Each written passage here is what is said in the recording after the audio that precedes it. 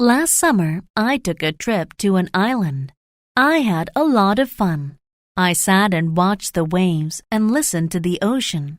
I learned to identify birds. I discovered pretty things and enjoyed the taste of new foods. It was a very nice time. One evening, I took a pleasant walk by the ocean. When the waves came in, many starfish fell on the beach.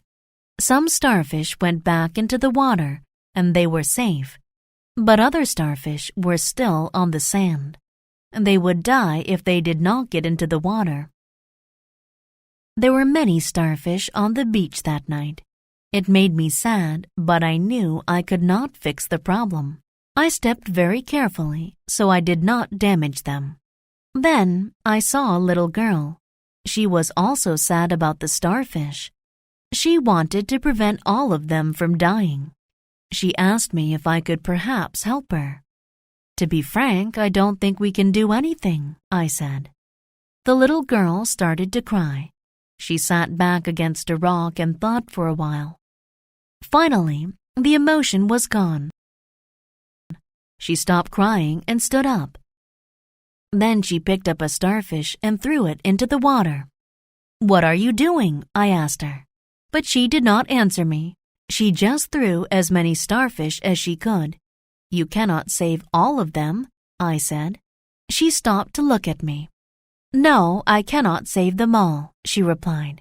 Then she picked up a very big starfish and said, "But I can save this one." And then she smiled and threw the starfish as far as she could into the ocean.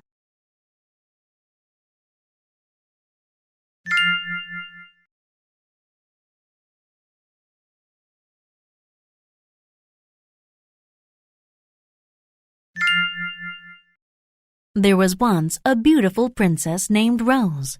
Her mother, the queen, however, was not as beautiful as the princess. The queen felt bad that she was not the most beautiful woman in the kingdom anymore. She was tired of competing with her daughter. She made a decision. She prepared a drink for the princess. After the princess drank it, she fell asleep. Then the queen took the princess to the forest. She left the princess there. It was a very serious thing to do.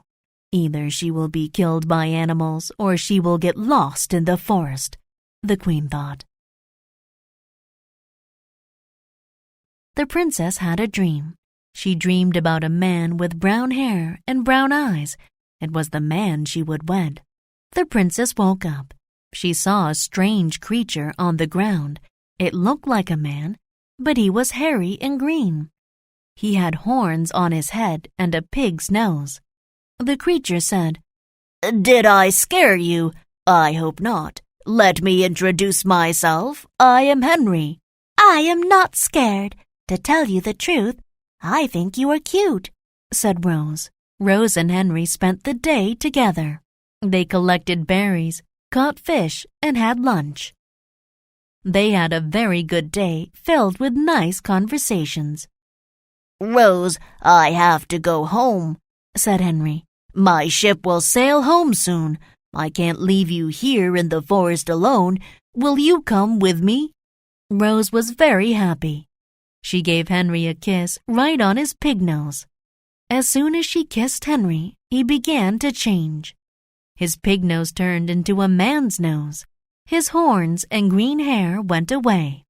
Standing in front of her was the man Rose had dreamt about. Rose and Henry were married, and they lived happily.